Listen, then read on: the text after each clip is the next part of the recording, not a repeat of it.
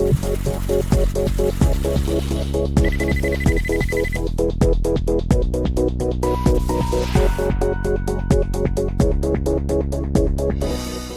tend to think of data as being fixed in time and space, collected in the moment to be analyzed in the moment.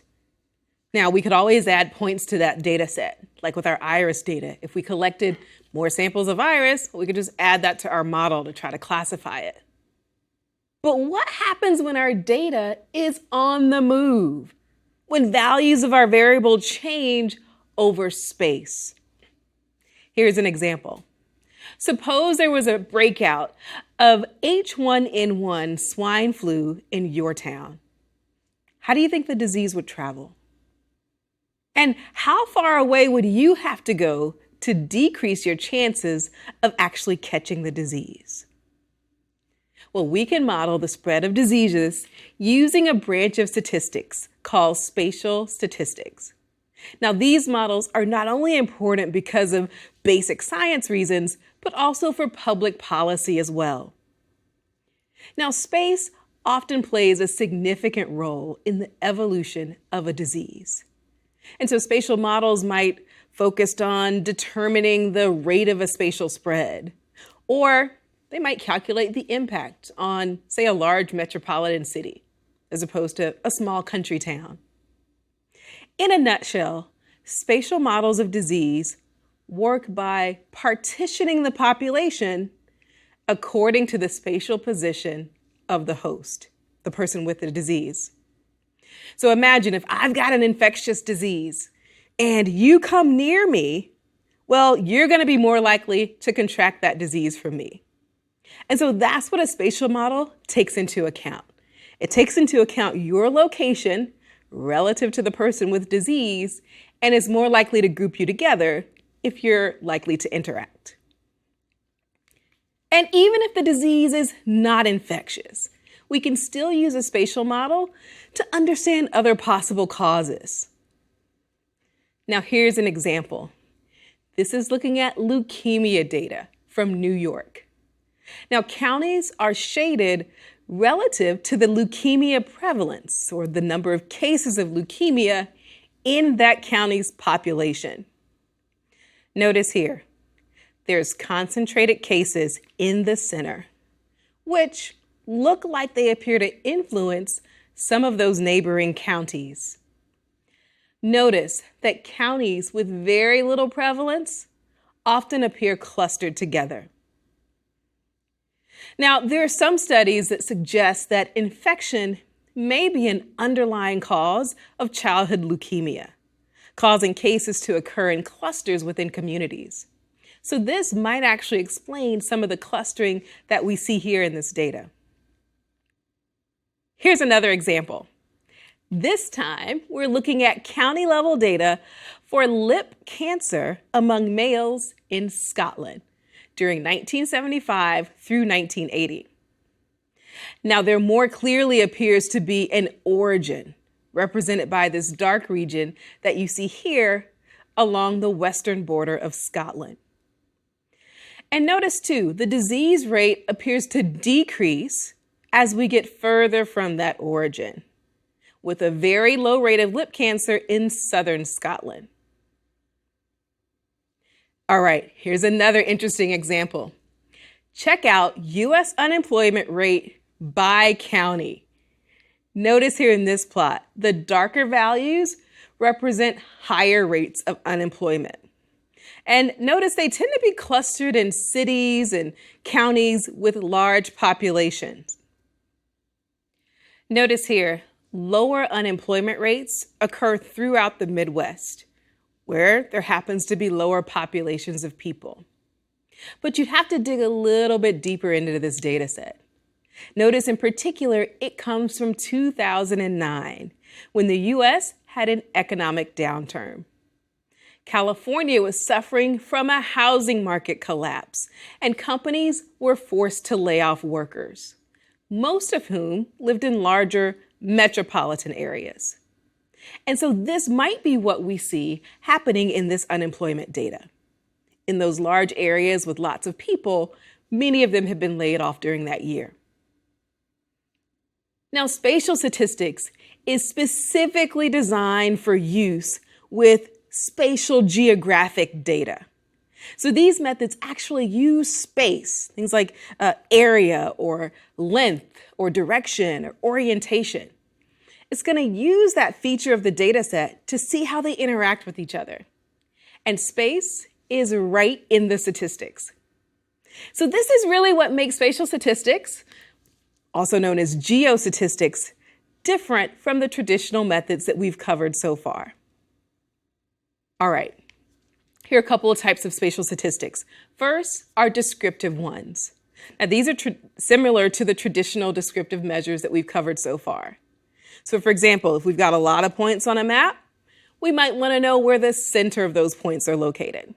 That's equivalent to computing the mean. We might also want to know how spread out those points are from the center. And that's similar to computing the standard deviation. A second type of spatial analysis is spatial pattern analysis. Now this tells us, is there any non-random structure to our data? In other words, are features clustered together? Or maybe are they uniformly distributed? Or are they dispersed in some type of non-random way? Here's an image that shows you that. Here you see on the left a random dispersion of points on a spatial grid. Notice in the center we have them evenly dispersed or more uniform, and on the right they appear to be more clustered. Now, spatial data analysis has all sorts of practical applications. What about your credit card? Do you know that credit card companies use spatial pattern analysis to identify unusual spending patterns? Have you ever been at a store, maybe not in your neighborhood, maybe not even in your city, and gotten your card rejected, a card that you knew was just valid? I remember when I traveled internationally, and I tried to use my credit card and it didn't go through. And all of a sudden my phone rang and it was the credit card company asking if that was a valid purchase. Well, one way that they knew was that they knew my spatial location. Here was my card showing up in another country being used to make a purchase. And they wanted to verify that it was me. It was an unusual point given where I normally use that credit card. The Centers for Disease Control, or the CDC, they too use spatial statistics. They use it in terms of finding unexpected areas with high disease rates. Here's another example. This is the California population count for census data. So these are the census designated areas in the year 2000. Notice there's a large space of land that has very little population. In fact, you see that denser populations are actually clustered in cities. So here in LA and San Diego, and also here you see a cluster near San Francisco. Other agencies like local law enforcement might use spatial statistics to locate crime or fire incidents. There are so many endless possibilities. Another thing we want to do with spatial statistics is measure and evaluate spatial relationships. All right, imagine that we're looking at a hotspot map for 911 calls. We might be curious about why we're seeing so many calls or hotspots in certain locations. Well, in that case, spatial regression analysis could be used. It works just like regular regression, except you test for autocorrelation using Morans I. Now, spatial regression could identify factors promoting the spatial pattern that we're observing, which might help us explain why those 911 rates are so high. Okay, you may be thinking at this point, what's the difference between the traditional statistical methods that we've learned so far and spatial statistics? Well, traditional statistics are inherently non-spatial. It represents a data set biased typical response, say the average or the median, regardless of any type of spatial pattern. Spatial statistics, on the other hand, is going to take traditional statistics and extend it, All right, now we're going to map that variation in the data to show where the unusual responses are spatially. So instead of just focusing only on the spread around the mean or the spread around a typical response, we're going to focus on the spread over space. Here's how it's different. The independence assumption that we've assumed with traditional methods is no longer valid. In fact, if I've got some attribute, some observation at location I, it might influence the observation at location J, especially if they're close together. So we saw this in the Scotland LIP data. This is perhaps the most critical reason to consider spatial modeling. Now, we've talked about correlation in our data previously. It measures the strength of the linear relationship between two variables. Spatial data, they can also have correlation, but it's going to be correlated with itself, right, over space. We call this spatial autocorrelation. So spatial autocorrelation means that there is a non-random spatial structure in your data. Again, that structure might be clustering, or it might be some kind of very regular dispersion among your data points. But either way, the distribution of your data is not random.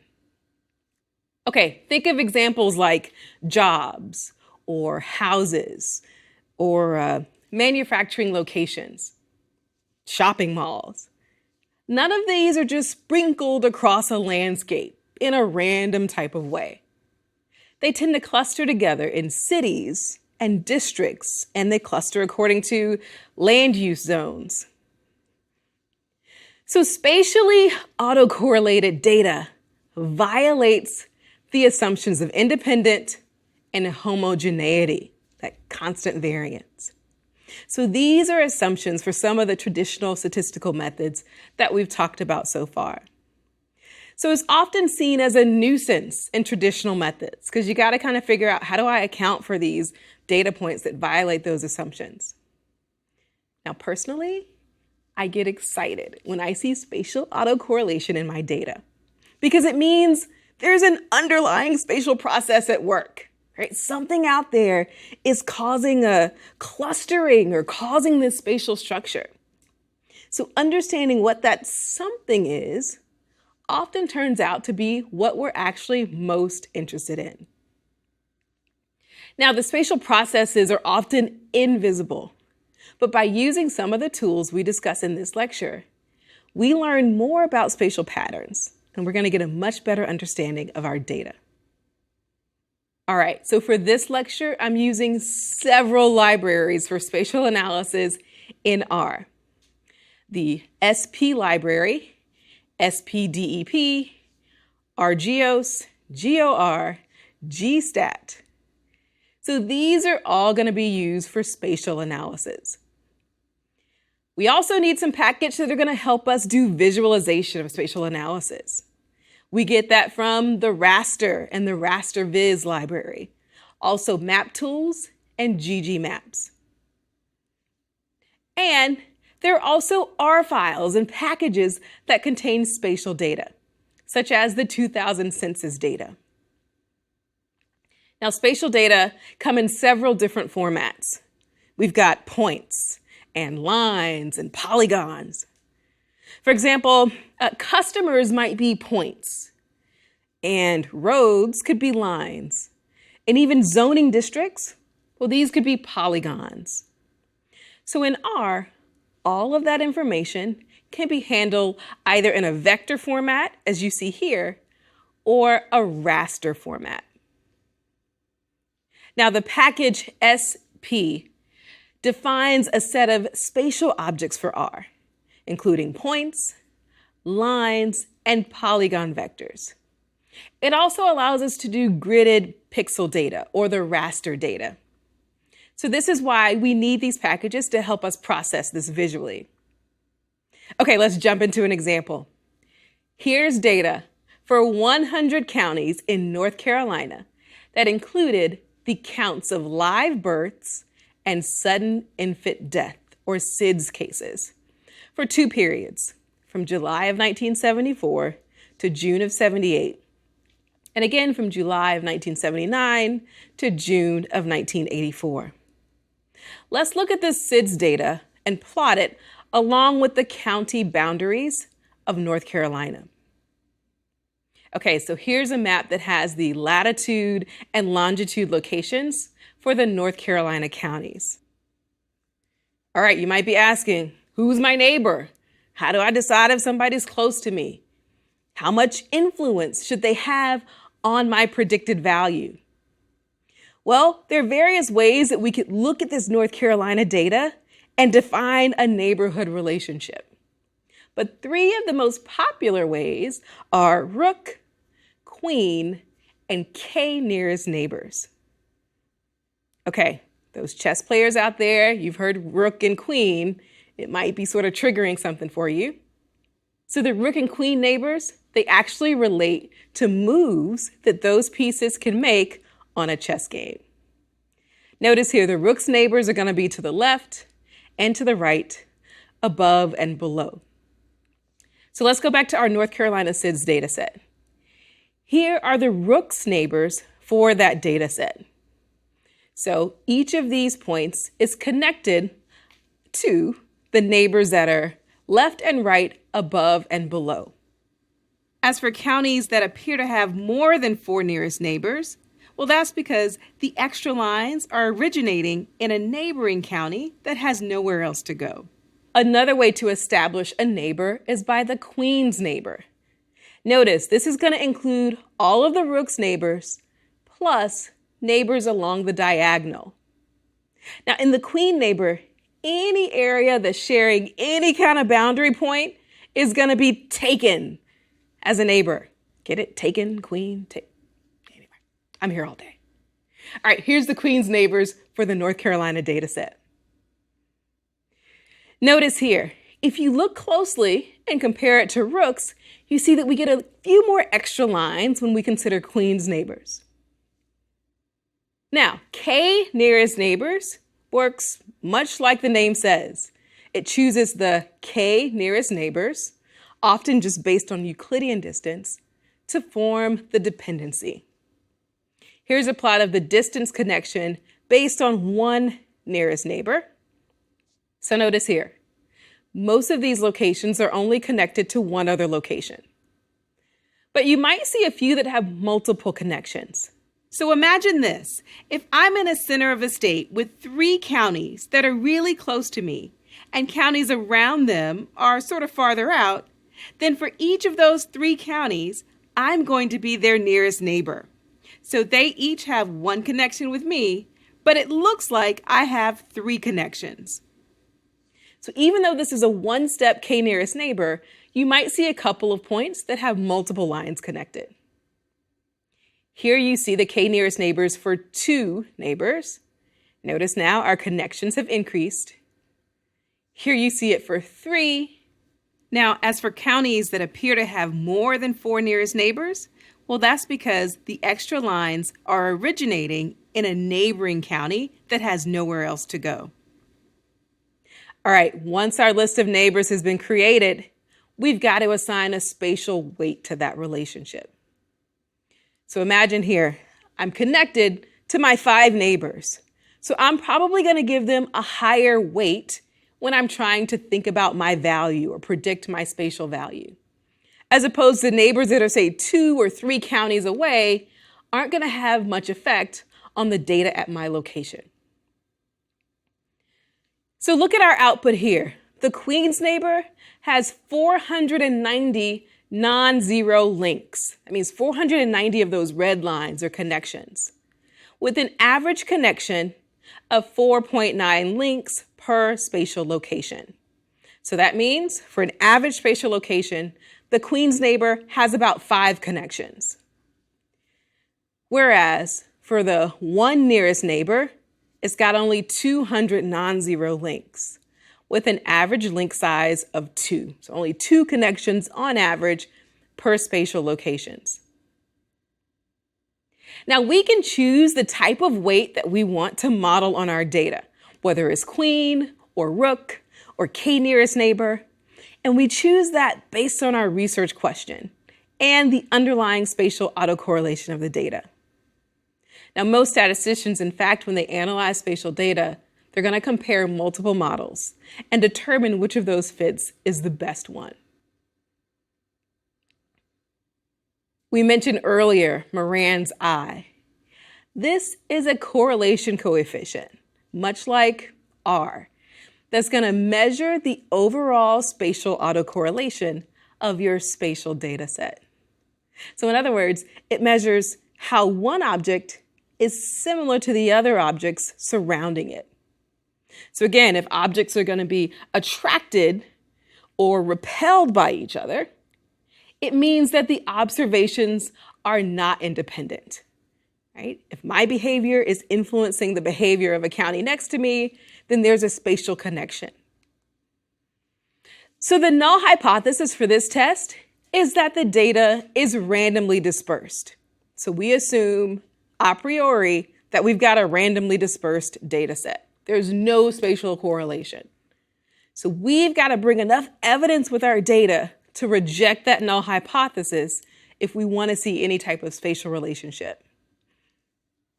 All right, the alternative is that the data is more spatially clustered than you would expect just by chance alone. So that's our alternative hypothesis. All right, so null, random distribution, no spatial pattern. Alternative, there's some spatial pattern. So if we want to do a spatial analysis, we need to reject the null hypothesis for the Morans I statistic. Here's how we calculate that. Morans I are based on a weighted matrix with units I and j. Now, it's similar to Pearson's R correlation, but it isn't bounded on the interval from -1 to 1 because of those spatial weights. Here's how we calculate that. So I is equal to 1 over s squared, that's just our sample variance of y, times, look at the numerator. We're summing over all locations I and also summing over all locations j. So for each of our I locations, we take y sub I, the location of our data at y sub I, subtract the mean. And then we multiply that by the data at location j, y sub j, and we subtract the mean. And then we're going to divide that by the sum over I and j of each of those weights, so w sub ij. So in the numerator, you're looking at the product of sort of the influence at location I with the influence at location j, and then the weight sort of gives you a measure of the closeness of them, right? So imagine if my variables are closer together, right, then they're going to have more of an influence on each other. If they're further away, that weight is going to take that into account and allow them to have less of an influence on each other. All right, we can actually calculate Morans I for our North Carolina SIDS data. Notice here, the p-value of 0.007 is significant. So what do? We reject the null hypothesis, absolutely. We reject the null that our spatial locations are random. Here's a map of the SIDS cases relative to the number of live births in 1974. Now, the color here represents the relative risk, the ratio of the observed and the expected counts of the cases multiplied by 100. Notice here, if we've got blue values, these are low with a relative risk of less than 5%, while the redder values have a relative risk of greater than 95%. And notice here, you also see some clustering of those counties with higher relative rates of SIDS.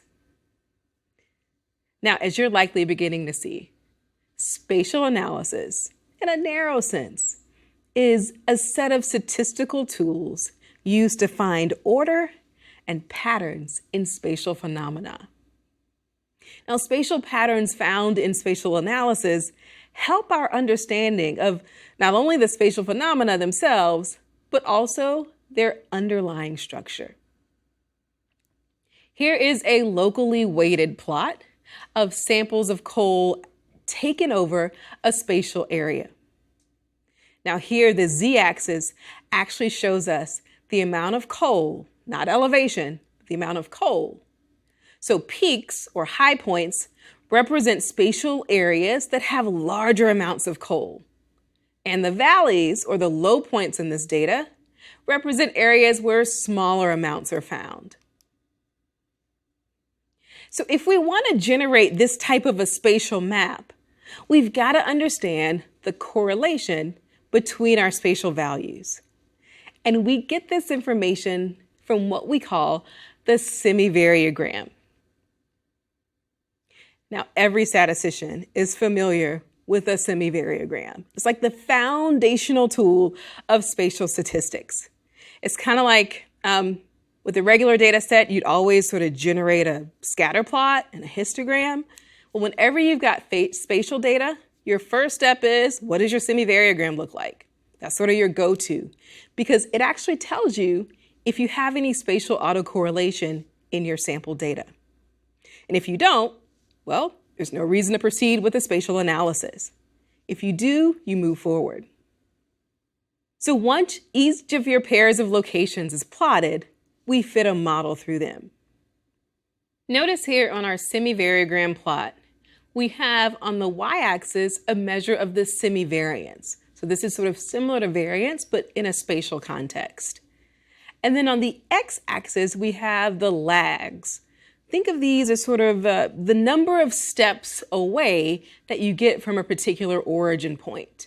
So if I'm sort of standing at the center of my data, the point that's next to me is going to be 1 lag away. And the point that's 2 steps out would be 2 lags away. Notice here, the variance or the semivariance is increasing as our lags extend. So those 3 measures that we look at when we analyze a semivariogram are the following. First is the range. When you look at a model of the semivariogram, you'll notice that at a certain distance, the model eventually levels out. Now, the distance at which the model first flattens out is known as the range. Sample locations separated by distances closer than the range are spatially autocorrelated, whereas locations that are further apart than the range are not. So you can think of the range as the range of autocorrelation. Now, the vertical point, where the semivariogram model levels out, is called the sill. The sill is the corresponding y value associated with that particular range. So in our example, we would have to go out actually further than 12 lags to observe a leveling out or drop off. Notice that this indicates that we've got a strong correlation in the data. Now, theoretically, at 0 separation distance or a lag of 0, the semivariogram value for the sill should be 0. However, at an infinitesimally small separation distance, the semivariogram often exhibits what we call a nugget effect. This is sort of a jump discontinuity, and it gives us a semivariance greater than 0, even at a lag of 0. For example, let's go back to our data. Look at the semivariogram and notice that our model is going to intercept the y-axis at a semivariance of 1.1. So that would approximately be the nugget for this data. Now, the nugget effect can be attributed to measurement errors or spatial sources of variation that are at distances smaller than the sampling interval. Now, measurement error occurs because of just inherent error in the measuring devices. And natural phenomena, well, that can vary spatially over any type of scale. Now notice, the variation at scales that are smaller than our sampling distance or smaller than the lag distance, it's going to appear as part of the nugget effect. So before we collect any data, we've got to make sure we understand the scales of our spatial variation.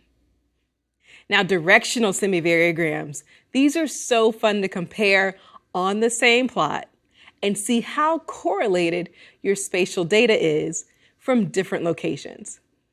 Okay, imagine this.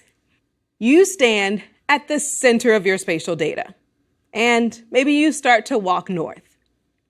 Well, you can calculate the semivariance as you go along to find out at what point you're no longer correlated with where you started.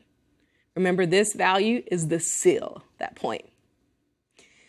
All right, now imagine you stand and you instead walk east from the center, right? And then maybe you walk south and then west. So those 4 semivariograms give us a spatial landscape, so to speak. Now, we could also fit a spatial model to our data and analyze the residuals. Okay, we did this in regression, we did it in multiple regression. What do you think our semivariogram is going to look like if there was no spatial correlation? No pattern left in the residuals? Well, in that case, no matter where I walked, I would always observe the same overall semivariance. And so that's exactly what we see in this plot of our initial semivariance compared with the green line of the residual semivariance. The lags or the distances have no effect on our semivariance. Now, in spatial statistics, we still do things like hypothesis testing. In fact, we might be interested in testing whether our spatial pattern is random. In this case, the null hypothesis would be that the spatial pattern is random. We call that an independent random process, or complete spatial randomness, abbreviated as IRP or CSR. The alternative hypothesis is that the spatial pattern is not random, perhaps is clustered or is uniformly dispersed, as we mentioned earlier. Now, these spatial processes are going to differ in randomness in 2 main ways. First is in variation in the study area. So for example, cancer cases are going to cluster because chemical plants cluster. So if that's one cause of cancer, we might observe lots of cases around that. We call that a first-order effect. Secondly, there's also interdependence between the points themselves. For example, diseases cluster because people catch them from others who have the disease, like colds or flu. We call that a second-order effect. And we can even look at spatial data over time. This is called spatial temporal statistics, or space-time statistics. Now, these models help us predict the path of hurricanes or tornadoes, and it might actually allow us to find early warnings for a particular town or city. Spatial statistics extends traditional statistics to support the analysis of geographic data. It gives us techniques to analyze the spatial patterns and to measure spatial relationships. But it also has a special pitfall to avoid. Now, unlike other instances where R's default settings are usually fine, R can't always pick the best way to divide spatial data for you. You need to look at spatial data from all different directions and choose the semivariogram that most closely models your research needs.